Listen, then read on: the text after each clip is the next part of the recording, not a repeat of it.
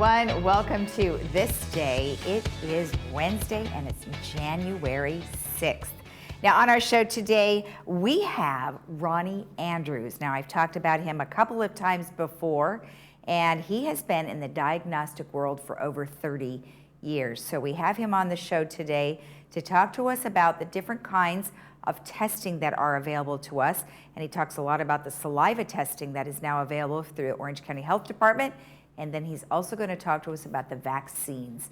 So really great show for you coming up today. We don't have any meetings to tell you about, so we'll jump right into the resources that we have available to you for COVID-19. We have covid19.ca.gov where you can follow on with the governor's plans, occovid19.ochealthinfo.com where you can find out all the vaccine information, and their hotline is 714-834-2000. You could always go to our website, which is lagunawoodsvillagealerts.com, or you could email us any questions or concerns to info@lagunawoodsvillage.com.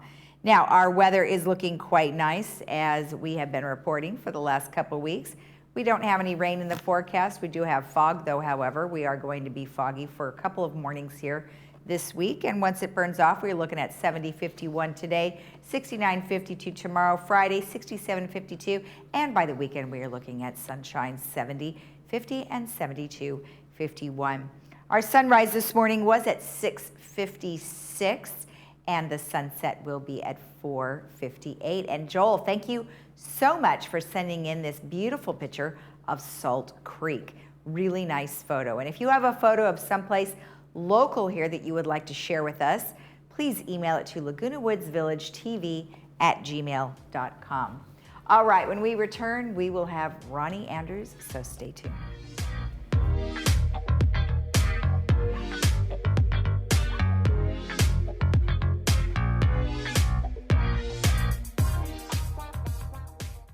Welcome back. I'm Kiana Lee. With us today is Dr. Christine Chung of 7-Day Dental. She has great news for seniors. Doctor, why don't you tell us the exciting news? Mom, we know there are many seniors living with tooth pain. 7-Day Dental is starting a new program called Seniors First. Seniors who are 65 years or older will get initial free exams and x-rays. That is so nice, Doctor. Call your nearest 7-Day Dental to get your 7-Day Dental smile. At Diane's Hallmark, we're ready for Valentine's Day. Are you? Come in and see our great selection of cards and gifts. We have everything you need to show that special someone how much you care. And don't forget those grandkids either. Diane's Hallmark has many cards and gifts for them as well. Diane's Hallmark is located in the Marketplace Center, right next to Hobby Lobby. We have something for everyone. Come in today and take care of all your Valentine's Day needs.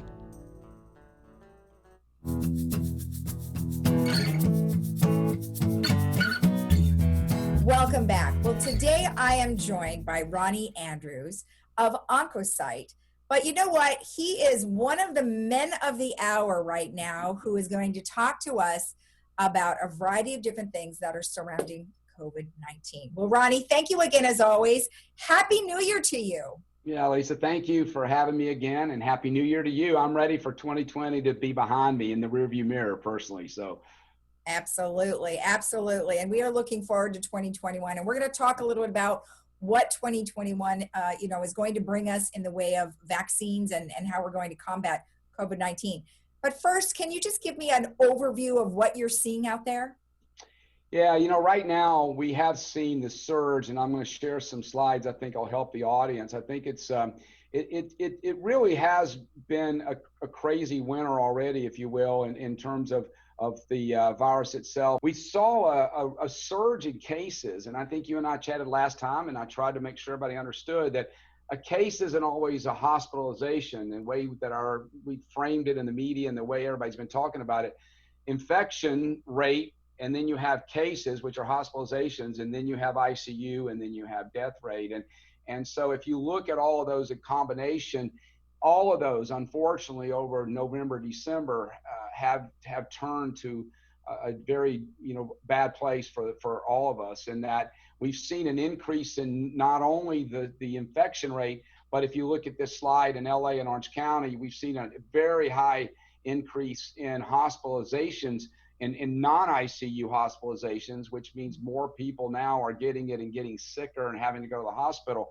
And you can see these upticks in ICU beds, both in LA and in Orange County. And I think we can say with great sense of concern and sobriety that our ICUs today have very little capacity.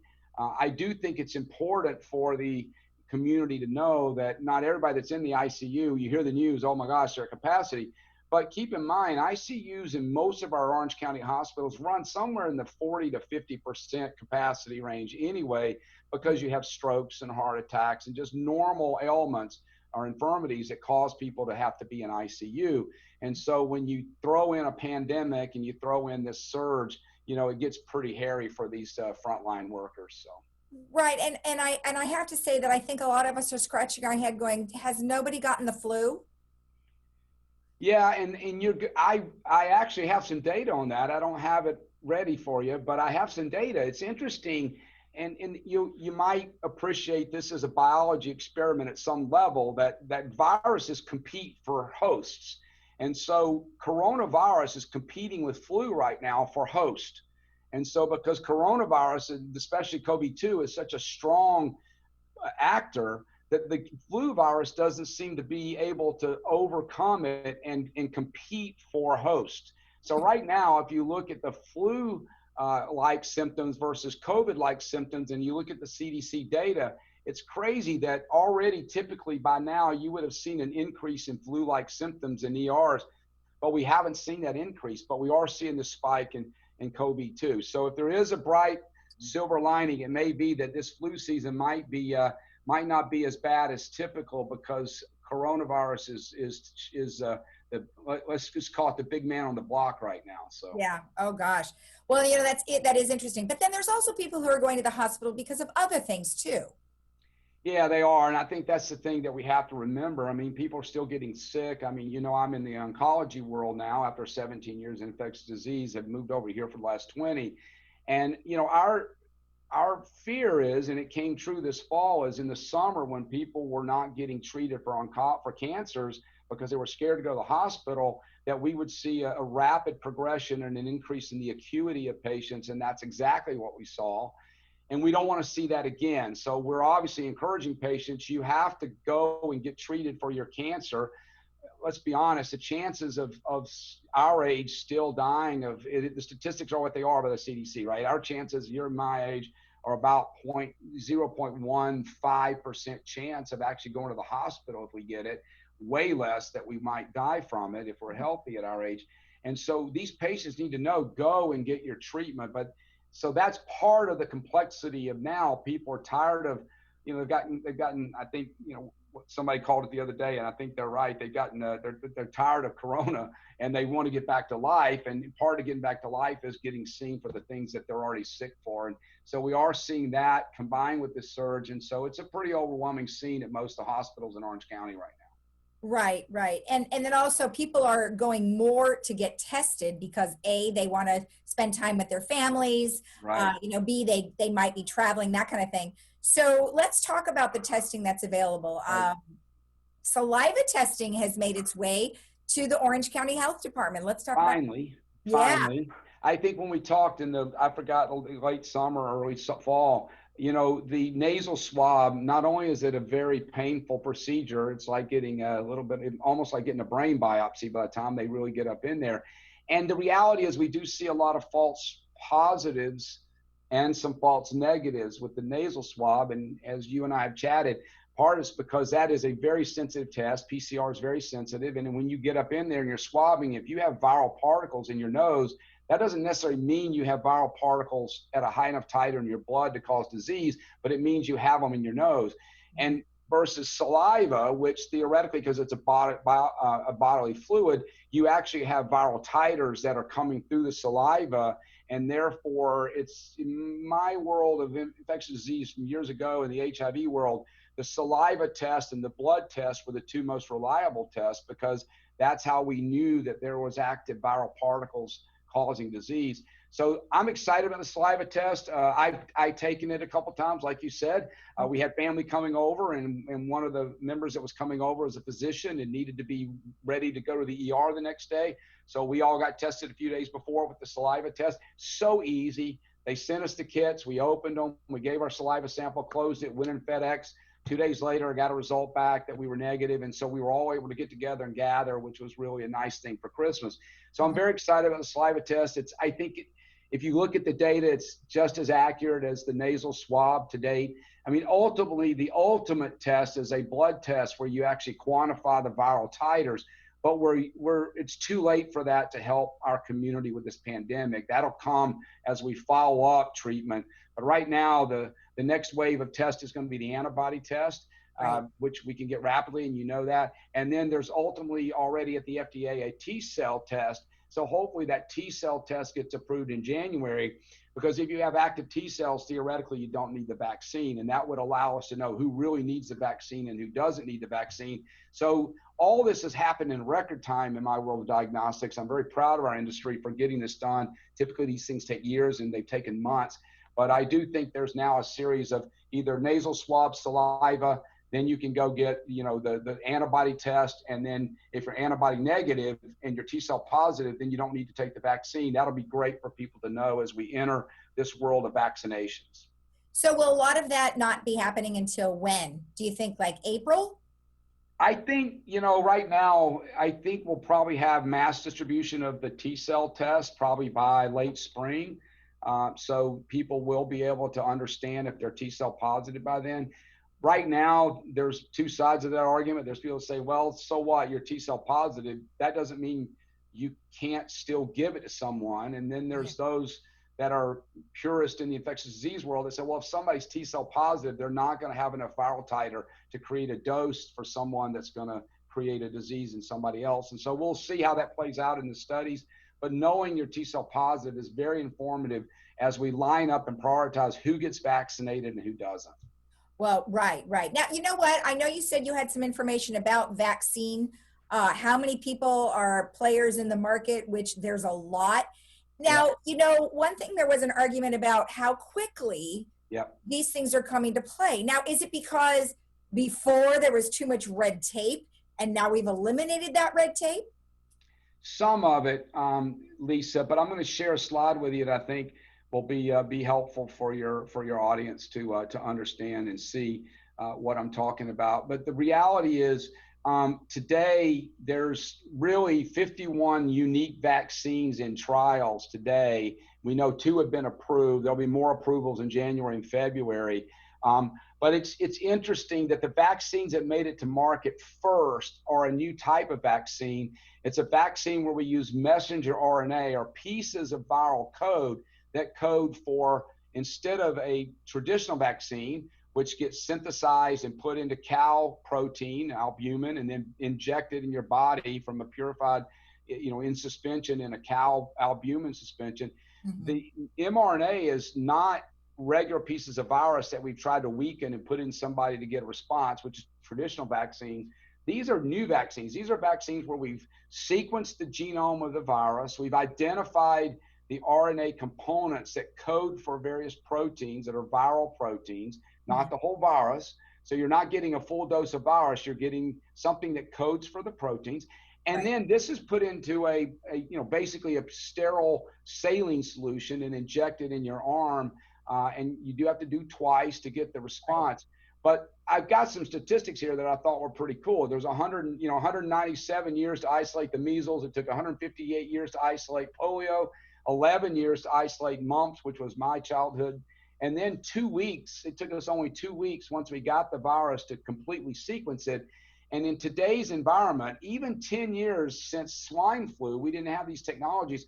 We now have the ability within a day to iterate sequences of an RNA strand and look at, against a big artificial intelligence engine, what might be the side effects of that glycoprotein, so we can get the safest side effect profile. And that's what Pfizer and that's what Moderna have done. And so that's why they were rapidly able to get these to market.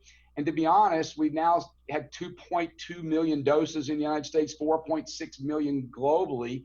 Mm-hmm. And right now we've had very, very few adverse reactions. Some people are having side effects, like they get flu-like symptoms or that, but that's your immune system firing up to go fight the disease. So that's normal in vaccinations. The adverse reactions have really been in people who have really have had anaphylactic experiences with other type of vaccines, and right. They've seen that type of reaction, but it's less than 10 people so far out of 2.3 million. So really, it's very safe, and I encourage people at risk today in our audience that are at risk today, if you're over 65 and you have an underlying condition, you should get in line to get this vaccine. It is safe, and I am a big believer that it will be the difference between us, reducing the death rate and us prolonging the agony of this disease. So we got to get out there. And sorry, I know that was a little bit of a pitch for it, but I think it's important that we get that done. So well, no, that's important because you've been around for a long time in this space, and that's why I come to you, because I think it's really important for you to take a different look and perspective to help us really understand, because when we go to our regular stations, we're not getting that information. Even when they talk to Fauci or they talk to some other doctors, we're just not getting that information. Yeah, I don't have to be politically correct because I'm a nobody in their world. But what I do want to make sure we do is use facts and data to speak the truth, right? One of the things I love about your show is you're all about speaking truth to the community. You're not looking for political, you're looking for the reality so people can make a good decision. And that's what I like to do when I get interviewed about this. I mean, this slide here is really important. Look, we have seen a surge in infections and we continue to see that. But guess what? It's people that are younger that are getting it. 86% of the new infections are under 64. That's not a horrible thing if you're trying to get to herd immunity, right? So we can debate whether we'll get to herd immunity or not. I've seen data that we need 60% of the people, we need 80% of the people. I don't know, I'm not an epidemiologist, but somewhere between 60 and 80 is the right number. And so, but the good news is the right people are getting it today because that's the least likely to go to the hospital and get sick. Unfortunately, this is still, as you look on the right, still a disease of people that are older and have weaker immune systems and have underlying conditions. And those people need to be vaccinated and they need to be safe. They need to be careful. Now's the season. Look at the surge. And the reason for the surge, to be honest, is multiple reasons. But one of them is it's getting colder around the United States. People are going into their homes. They're not outside. And families are together. And so they're breathing on each other. Mm. So they're getting multiple times, they're getting dosed with a viral spray. And over time, they get enough viral titers that it causes disease. And so, right. I mean, we're blessed in Southern California. I mean, it's a little chilly today. I was on the phone with some folks in Boston, and they're like, well, I said, it's going to be 60 today. Now, really? It's 12 degrees here or whatever. And I get up. But the idea is we can still get outside, but a lot of areas of the world aren't. And a lot of communities where we have dense housing, we're still seeing the surge. So. Well, exactly. And then the other thing is, I know you mentioned we're all indoors, and so it's a lot harder for people in those colder areas to exercise. And I have heard that exercise, even though you may not be able to like you used to, is still very important of keep moving and trying to eat right and trying to get some kind of exercise, even if it's going up and down your stairs. Yeah, absolutely. I mean, listen, I sound like a broken record. I think you and I have talked about this before. I think eating right, in my world of cancer loves sugar and it loves acidic environments. Guess what this virus loves? There's new data out. It loves pre-diabetic and diabetic patients. It loves sugar. This virus enjoys sugar. For some reason, that helps the titer levels recycle faster and you get a higher viral load. And it likes an acidic environment. And so just like we see in cancer, we see a higher propensity for patients that have higher glycemic indexes. They get sicker faster. That doesn't mean they always die or anything like that. So don't take me wrong, but they do. So if you can reduce your glycemic index and you can eat healthier and you can continue to get exercise, it does increase your chance that if you get it, you're going to be fairly okay in terms of the symptoms you're going to have. Right. Especially if you're younger, right? So in closing, Ronnie, what would you suggest to my community? Listen, I think we all need to be honest with ourselves about it. This is serious. We also need to realize that there's hope, and we should be hopeful. And the new year enters. We have 2 vaccines. We'll have more vaccines. I believe that we will be able to have the vast majority of the high-risk population vaccinated by the end of first quarter. I'm a big believer that we should still be wearing masks. You know, I'm T-cell positive. My wife's antibody positive. She had it very, not very much very many symptoms, but she's AB positive, antibody positive, and now but we still wear masks. We can't get it, and we can't give it to people. We still do it. Why? Because it's the right thing to do to support our community's effort to minimize the number of people that are going to end up in the hospital. Okay. The other thing I think we should do is we should definitely prioritize and encourage that the folks that are high risk get the vaccine, get out there and get it, and make sure that you protect yourself as best you can. And then I would just say this, look, I've tried to continue to live my life like I normally have as best we can in the situation. If you're symptomatic or you feel like you don't feel good, don't go around people. Just be smart, you know. All the stuff that you've been hearing from everybody, wash your hands, yes. But if you don't feel good, stay home. I just tell our employees, you know, if you don't feel good, stay home. And thank God we've not had a case at work, even though because we're in the cancer business, we've had to work since last March. Nobody was able to take time off, and we've been okay. So, you know, look, there's hope coming. 2021 is going to be a better year. I do think we'll get over the top of this thing. The vaccine's safe, and let's just be good citizens and help each other and be kind to each other. There's too much meanness in the world right now. It's time to be kind, and let's get through this. All right. Well, thank you as always, and Happy New Year to you. Thank you. Happy New Year, Lisa. Take care. And we'll be right back after this.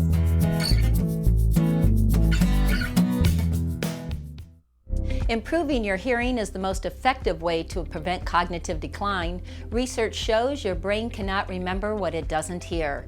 Hi, I'm Ann Mundell-Noel, audiologist and owner of Amazing Hearing. Hearing loss makes understanding harder when others are wearing masks while doing Zoom calls, FaceTime, and watching TV. It's time to enjoy conversations again. Call Amazing Hearing to schedule your hearing appointment. We are the experts, and we accept some insurances. I just love that ring. Where'd you get it? I got it at the jewelry box. I saw it on Facebook, and then I went in and bought it. They have the most unique, awesome pre-owned pieces for amazing prices. The Jewelry Box of Lake Forest, voted best jewelry store in Orange County for 8 straight years, offering unmatched prices on fine jewelry and watches, refurbished to new condition. Visit us in our store or shop our website for just arrived items. The Jewelry Box. It's about trust.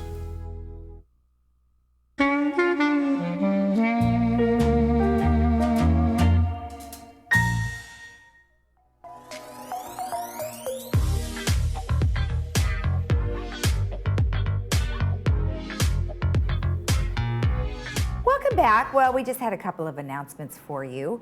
So, outdoor court sports reminder. When you are playing pickleball or tennis, you are required to wear a mask at all times, at least as long as you can while you're playing. So we just wanted to remind you that that is the responsibility of every person to do that that's playing. Also, there is no doubles play, so it's just singles at this time. And we are expecting that that will stay like that for at least another 3 weeks until the governor has lifted some of the restrictions that we have. If you want more information about that, you can call 949-597-4273, or you can email recreation@vmsinc.org. Now, if you are a golfer and you are a golf member here, you may be interested to know that registration and all golf tee times is going to go digital this year. So as of right now, everyone who is already registered will have a user profile, and you will receive email instructions on how to complete your user profile. However, if you do not, if you haven't set up anything with them, then you want to give them a call at 949-597-4336 to make sure that you get registered to be able to make tee times over there at the golf course. There is an activity that's coming up with Dr. Trin and the Alzheimer's Club. Monday, January 11th, Dr. Trin will be doing a presentation, of course, about memory loss and how COVID-19 might have some effects on that. And that is between 10 and 11 a.m. If you would like the link to be able to participate, you need to email sunshinelute at sunshine.lute@gmail.com. Now, just a reminder about the phases, and since we just spent so much time talking about the vaccine with Ronnie Andrews, I wanted to just remind you that Phase 1B and Phase 1C are the high-risk individuals, and that is supposedly going to, they're supposedly going to be receiving vaccines during the month of February and March. Now, as Jeff had mentioned, today will be the task force meeting that they're having with the Orange County Health Department, so hopefully by Friday we will have additional information on that. However, if you would like more information now and be able to understand the differences, please go to occovid19.ochealthinfo.com. All right, let's take a look at our weather one last time. It's looking quite lovely out. We are looking at no rain in the future at this point. However, we will have some fog that will be sprinkled in every morning here, and then once it burns off, we are looking at nice days. Today we're looking at 70-51 with partly cloudy. Tomorrow 69-52, also partly cloudy, but mostly sunshine. Friday 67-52, partly sunny, and then Saturday and Sunday we are looking at lovely weather, so hopefully you'll get out and get some sunshine. 70-50 for Saturday, and then 72-51 for Sunday.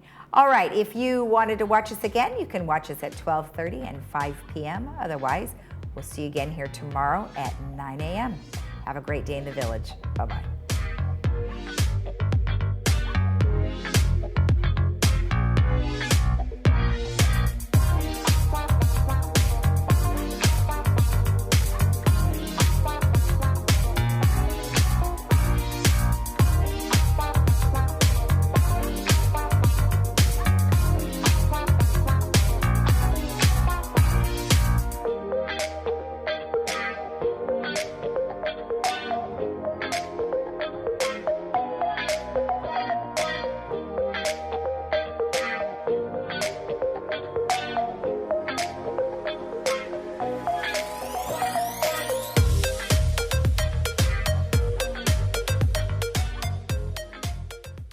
At the Memorial Care Breast Center, Saddleback, you will always find a friendly face to guide you through your annual mammogram visit. Our staff, dedicated subspecialist breast radiologists, knowledge, and innovative technology await your visit to our center. With the Laguna Woods shuttle service right at our sidewalk, this convenient location offers you quick access for your appointment. You can expect nothing but the best for all your breast health needs at Memorial Care Breast Center, Saddleback. This is Dr. Trin from Irvine Clinical Research. I hope that during this pandemic that you're doing well and keeping safe. During these times, I want to let you know that we're still offering memory testing at no cost through Healthy Brain consultations. If you or your loved ones have concerns with memory loss, you don't need to leave your home to chat with me. We're offering these consultations online. Call us at 753-1663 to schedule your Healthy Brain consultation video chat. Thank you so much and take care. Hi, I'm April, owner of Glitterbug Gold Buyers, your gold buying specialist. We educate, guide, and protect you when selling your gold. How do you know if you're getting the highest payout? At Glitterbug, we provide education so you know you're getting the best deal. We make sure that our customers have an excellent experience, and that's why Glitterbug has a perfect 5-star reputation online. Give us a call to find out about our mobile service, or just stop by our office. No appointment necessary. We look forward to meeting you. Hi, I'm John Bowser Bauman. You probably know me best as Bowser from Sha Na Na, but I'm also president of Social Security Works PAC. And you know, when I'm in Laguna Woods, I always watch Village Television. Grease for peace. Why do I love being a doctor at Kaiser Permanente? My only job is to take great care of my patients. I'm empowered to do what's right for you. Our digital records mean your medical history is in one place, so I can give you great care.